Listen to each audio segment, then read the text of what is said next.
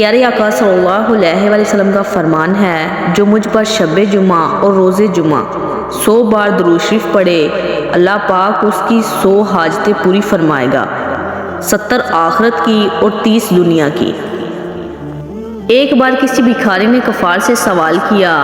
انہوں نے آقا امیر المؤمنین حضرت سیدنا مولا مشکل کشا علی مرتضیٰ شیر خدا کے پاس بھیج دیا، جو کہ سامنے تشریف فرما تھے۔ اس نے حاضر ہو کر دستے سوال دراز کیا۔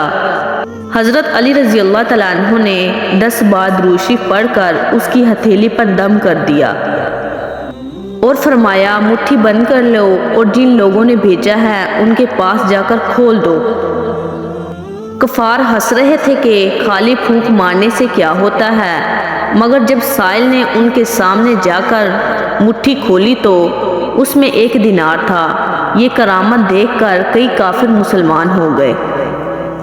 حضرت یزید رضی اللہ تعالیٰ عنہ فرماتے ہیں، جمعے کے دن کے لیے ایک خاص فرشتہ مقرر کیا گیا ہے۔ جو بھی مسلمان جمعے کے دن اور رات میں درود شریف پڑھتا ہے تو وہ محض فرشتہ اسے رسول کریم صلی اللہ علیہ وسلم کی خدمت میں لے جاتا ہے اور کہتا ہے کہ یا رسول اللہ صلی اللہ علیہ وسلم، آپ کی امت میں سے فلاں آدمی نے یہ درود بھیجا ہے۔ جمعے کی رات اور دن میں درود شریف کی خود بھی کثرت کیجیے اور دیگر مسلمانوں کی بھی ترغیب دیجیے۔